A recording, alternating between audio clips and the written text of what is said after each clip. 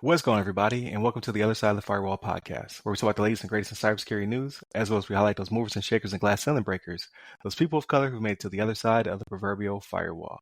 My name is Ryan Williams, and as always, I'm joined by Shannon Tynes.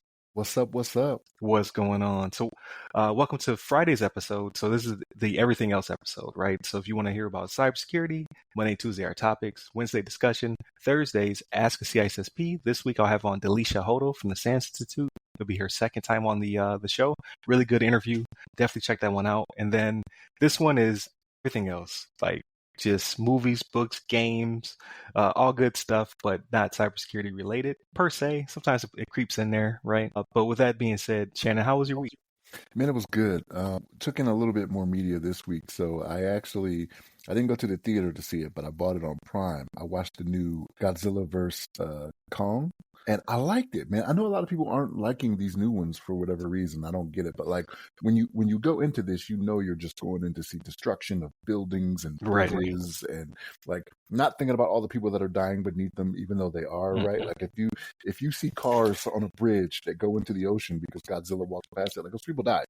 Like they didn't get abandoned. Like he came up all of a sudden, like ran through the bridge. Those people died, but we just don't think about it, right? Like, but I thought it was a pretty decent movie, and there are some parts that are hokey, right? But you got to suspend disbelief, right? Like I watch Marvel and DC movies too, right? I'm not of the belief that a billionaire playboy is really that great at what he does. You know what I mean? But I mean, we suspend disbelief, right? But it's a good movie. If anybody gets a chance, I mean, you may not want to pay for it, but if you wait long enough, it'll be out there somewhere for free I shouldn't say free. It'll be on a streaming service you already paid for without paying extra. But I was just like, I was just like, let me go ahead and pay for it. But it was good. It wasn't bad. The other thing I watched, I've been in a really big documentary mood. Like I get in these moods where like I start watching documentaries and stuff like that. And so I watched the one that Chris was talking about last week, which was what Jennifer did about that girl that I don't want to say put a hit out on her parents, but it was okay. It was kind of boring. And when I was watching it, like my wife walked into the room and she was like, yeah, I tried watching this. It was just boring. And I could see why, right? Because it's a lot of just interviewing her and her just sitting out in the room and whatnot. And then every once in a while they cut out to somebody that's a detective or somebody like that or a neighbor, and then it's right back into the interview room again. So it was okay. But yeah, she put the hit out on her parents pretty much is what happened. And the other one I watched, was Bad Vegan. So like it was somewhat familiar when I looked at the trailer. I was like, I somewhat remember seeing this in the news, but it wasn't something that I really paid attention to because I'm not a vegan. Like I eat meat all the time. Like that's just how I get down. You know what I mean? Like raised on pork. You know, but yeah, it was this lady was like she owned this New York City hotspot that had like all these stars coming through and whatnot, and she ended up marrying this guy that, you know, and I don't know. I don't want to say it how it's probably going to sound, but like, I don't understand how some of these women keep falling for these guys that just do not treat them right. You know what I mean? Like cause like she started recording phone calls with them and whatnot.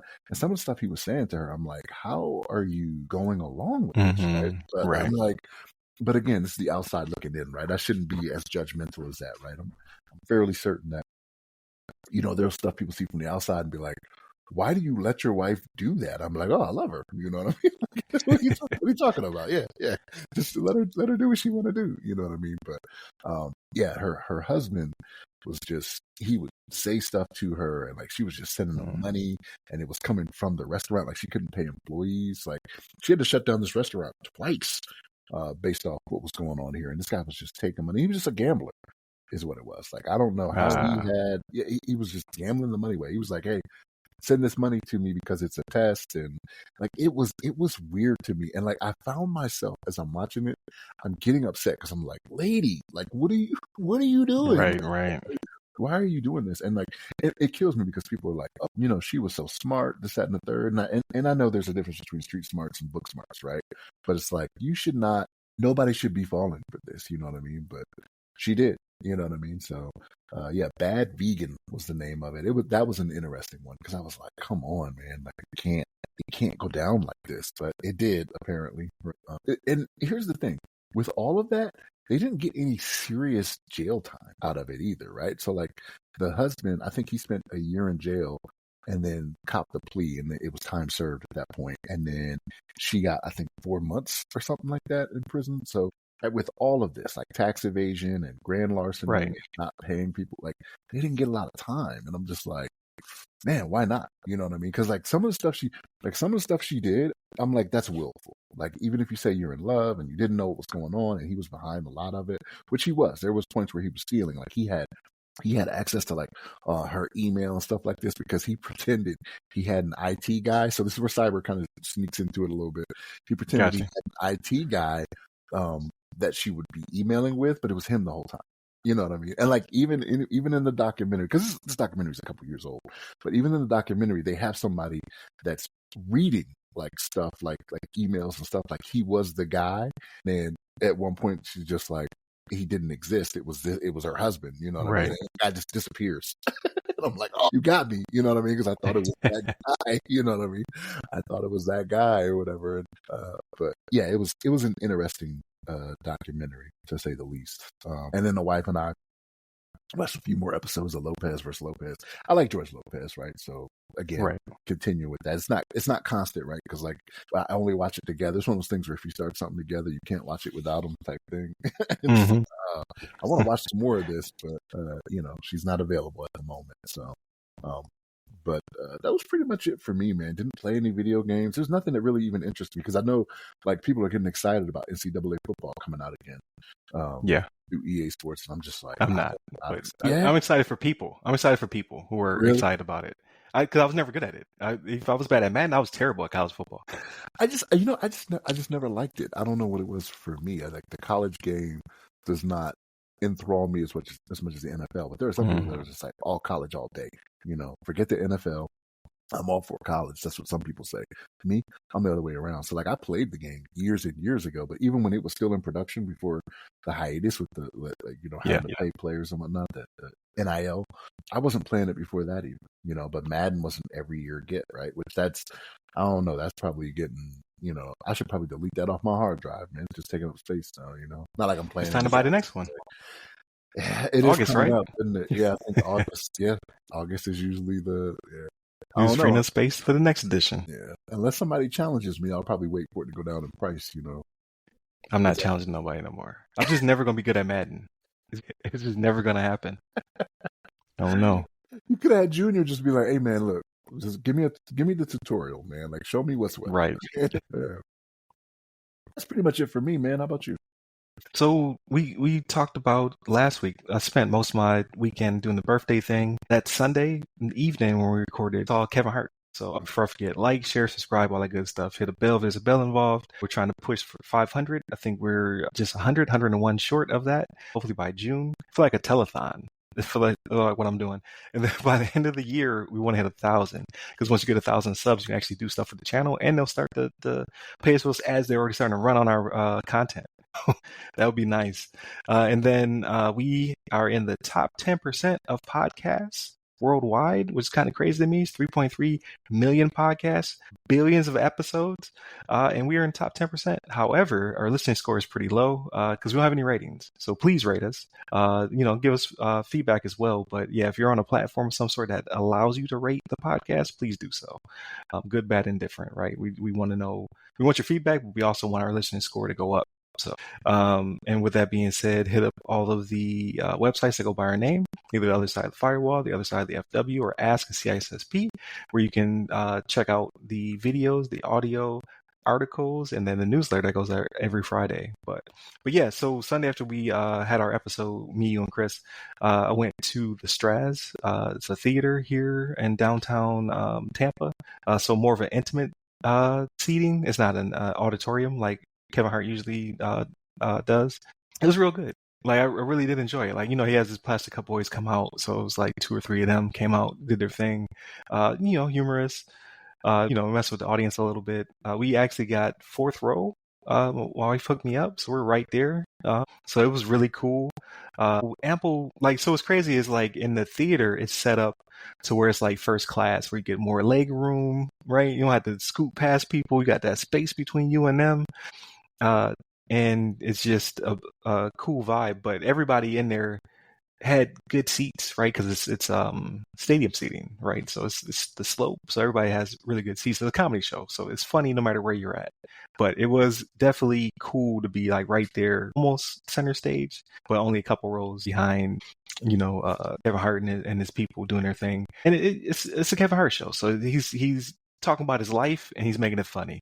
So he talked about his injury. It was hilarious. It's words I can't say here on the podcast because I got to keep it clean. But it was a good time. Like, that one will probably, I assume it'll debut on Netflix or somewhere else in the near future. But very funny. But what I didn't know was he also got the Mark Twain Award. So he didn't talk about that at all during the show. But last night I noticed it was on Netflix because I haven't logged into Netflix in weeks, and I watched that. Also hilarious, right? And it was star studded, right? He had Chappelle, Seinfeld, Chris Rock, Nick Cannon. That was funny. Who else? He had all of his crew basically. Like everybody you could think of that could be there was there, except for one person, and that's part of the joke. So definitely check out the Mark Twain one. It was actually really good. And again, he talks about his life, right? That's it. That's his thing. His thing is his life, and he makes it comedic. But his whole family was there. It was a good time. So I checked it out last night. Definitely worth watching. And then we talked about the roast. So it's been Kevin Hart's been he never went underground per se, but it feels like a resurgence. I was seeing him everywhere, then I stopped seeing him everywhere, and I'll see him everywhere again. Like he's definitely doing his thing. I think he was doing more behind the scenes stuff, like trying to bring other people up, because he kind of talks about that in like different interviews and whatnot. Because like a lot of these newer, let me not say a lot of these newer comedians, but you'll see newer comedians that come up and they'll be like, Kevin Hart gave me my chance, right? Or he's producer, his Heartbeat Productions, on some type of show or something like that, a comedy special or something like that. So he made his money, and then he started bringing people along, and now he's like, all right, let me get back out there again. I think is really what's going on. Yeah, it's all good stuff. Like I've always been a Kevin Hart fan. Grown Little Man is still one of the funniest specials he ever did, and that's what hooked me. But he's just like, I like his comedy style. It's funny to me. So he has a movie coming out, or he's in a movie with a bunch of other stars. The Borderlands is getting a movie. I'm not sure about that one. We'll see. The video game? Yeah, the video game's getting a movie. It has Kevin Hart, Jack Black. Man, it's a bunch of other stars in it. If you say Dwayne Johnson and Nebula, no, The Rock's not in this one. I'm like, this is junk or not Jumanji all over again. Yeah, Jumanji. Yeah. But what people are like, they're not complaining per se. They're just saying it's odd that their entire cast is older people. They said, why would all these old people be casted? And sure enough, when you look at the cast, like everybody's in their 40s and up, which I guess is considered old comparative to the population who's playing the game. So I thought that was kind of funny. So I've never been a Tales from the Borderlands type person. I didn't get in because I was busy during that time, and now I feel as though it's too unattainable, right? They got like 4 or 5 games out. I think I played the one game that was the Telltale version of the game where basically you choose options. I don't know if you ever played like The Wolf Among Us or the Walking Dead Telltale games. They made one for Borderlands. It was actually really good. And I was like, man, I should jump into these games. I have not. Maybe one day I will. I'll see if they have it, something on the PC. That's like a couple bucks, right? If it's on sale, I might pick it up. So here's my question: is Borderlands, is it a comedic game? Yes. Yeah, it's a lot of humor, a lot of satire, but it's a little bit sillier, I want to say, than Fallout. But I can see I would like it. I just have not had the time to sit down and try it out. But I haven't played a shooter for real since, I want to say, Halo Infinite dropped. So that's a few years ago. And that used to be my genre. My reflexes are trash.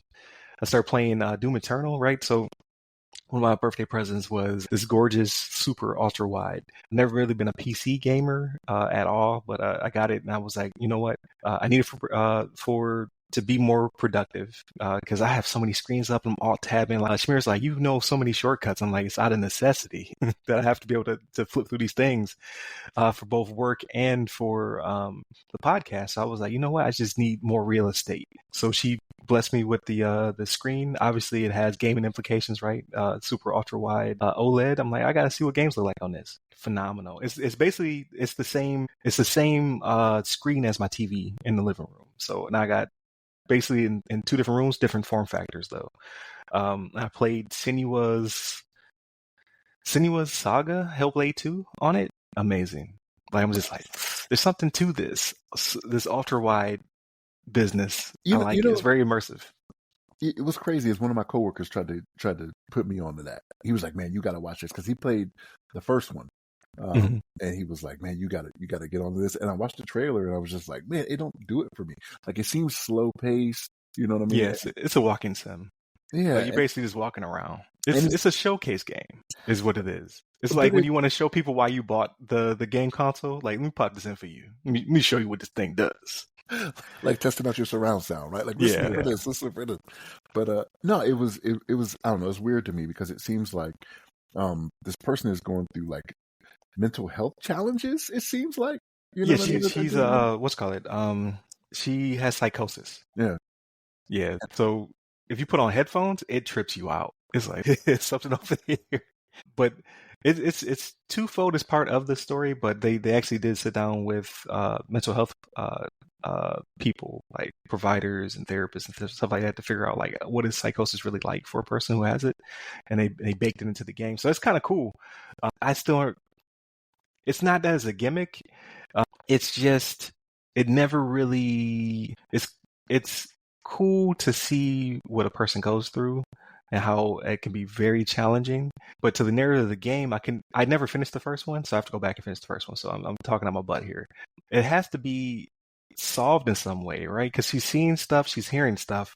So is it that these are aberrations, or is she really going through psychosis? Like at some point they have to explain it to you, and I never got the explanation. So for me, it's just like, what's going on here?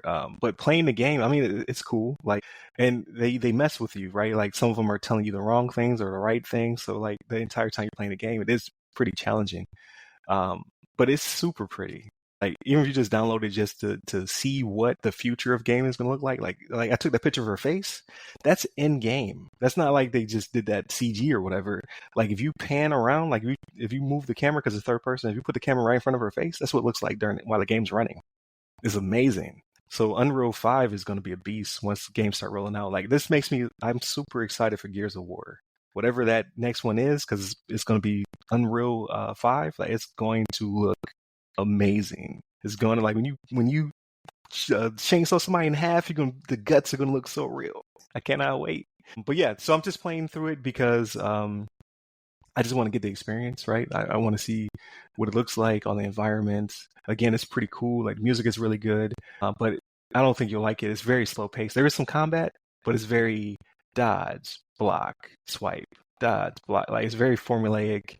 The puzzles are like the first one had really good puzzles. I would say like I got stumped a couple of times. This one has not happened. It feels like not like I'm solving a puzzle. I'm just working my way through an obstacle basically. Like I don't ever get done with a puzzle and feel smart. Like the first one I felt smart, like, oh, I figured something out. This one I'm just like I get through these things and learn these mechanics, and they just stack on top of each other. So it's more like a chore than a challenge. So again, but it's the prettiest thing I've ever seen. Like if this is the future of gaming, it's going to be amazing. But yeah, so playing that on the ultra wide. What else did I play on it? I played Halo Infinite. I'm just looking for games that support the 32:9 aspect ratio. And that's not all games, right? I'm being greedy. Like a lot of games do 21:9 also. So I could have had the black bars, or I could move it to one side and put something else on the other side. You saw Junior's already mastered it. He's playing Diablo 4 21:9 on the left side, and on the right side he has a Twitch stream where he's watching a friend play something else. He's got his Discord up and whatnot. Like you could do a lot with it, and like I've kind of future-proofed my monitor now, and now it makes me want to upgrade the PC. I'm like, but I could do more. So like, now I'm falling into that trap. No parts will be purchased until these prices come down. So I gotta wait for Nvidia to announce the new thing so we can buy the old thing. That's kind of how it works with PC gaming. The new thing comes out, you buy the old thing. And right now these prices are busting heads, so I'm gonna wait for the new thing. And then I'm playing on the little one. So she got me a big screen, she got me a little screen, right? So I got this PlayStation Portal for all the audio listeners. I'm holding it up. This thing's actually pretty big. It's an 8-inch screen. I'm playing Final Fantasy on it in the bedroom, right? So when the kids are watching TV, or my wife's watching Survivor with Junior, I'm like, I can still get it in. Just cut that bad boy on. It just works. As long as your PS5 is hardwired, it works best. I did not try it Wi-Fi to Wi-Fi, but I hear it's not the most ideal setup, so I just plugged it in off the rip, and no complaints. Like I said, I've been playing Final Fantasy 7, getting it in. I took it outside, right? So the Wi-Fi was able to reach my patio. I was able to play from there as well, and it just works. So I love it. I think it's a good investment if you do want to play games somewhere else in your house and not have to lug around your PS5. I think it makes me want them to make a new handheld though. Like when am I going to get my next PlayStation Portable? Right? Like you should. People want this. Make this happen. But who knows what that price would be? Like this guy just streams. It costs $200 and it's hard to find. Like they're always sold out. So I can only imagine if they make a portable, it's going to be crazy expensive. What else did I get into? I watched the Kevin Hart thing. I keep saying I'm going to watch Rebel Moon, but the TV's always tied up, and that's when I have to watch it on the TV. I have to. I want to watch the second one too, man. But like that first one was a little disappointing to me. I was just like, man, like when they had the fight scenes, they were good. And I know I've said this before. When they had the fight scenes, they were good, but it was just too few and far between. But when you see the trailer for the second one, you're like, man, it looks like something but action. Yeah, they're getting it in. But that's what they're supposed to do, right? I got a coworker that watched it, and he was like, yeah, it is more fighting than it was in the first one. I'm like, okay, I want to give it a shot. So Dune 2 came out too, and I heard that one is like, because if you watch the first one, the first of the new ones, it's very slow. They're building up like, here's all the characters, and this is what's going to happen, and then there's a little bit of action at the end, and they're prepping for war. This one's supposed to be just war. So I'm like, I got to jump on that too. But these are long movies. It's like you have to make time. I haven't had that time. Maybe because this is a long weekend, maybe I can make that time tonight or tomorrow. But I got to pick one. Which one do I pick? Do I go Dune 2 or I go Rebel Moon 2? Or whatever it's called. It is Rebel Moon. Yeah, it's Rebel Moon. But I don't know, man. I didn't watch the first Dune at all. Did you watch the first Dune or? I saw it in the theater. So I was in Turkey. They had me. I was a captive audience. So I was like, the theater's only a 10-minute walk from the house. So I walked over there. I watched it, and again, like it's very epic. But it's very slow because it's like world building. It's like these are the people. This is what they do.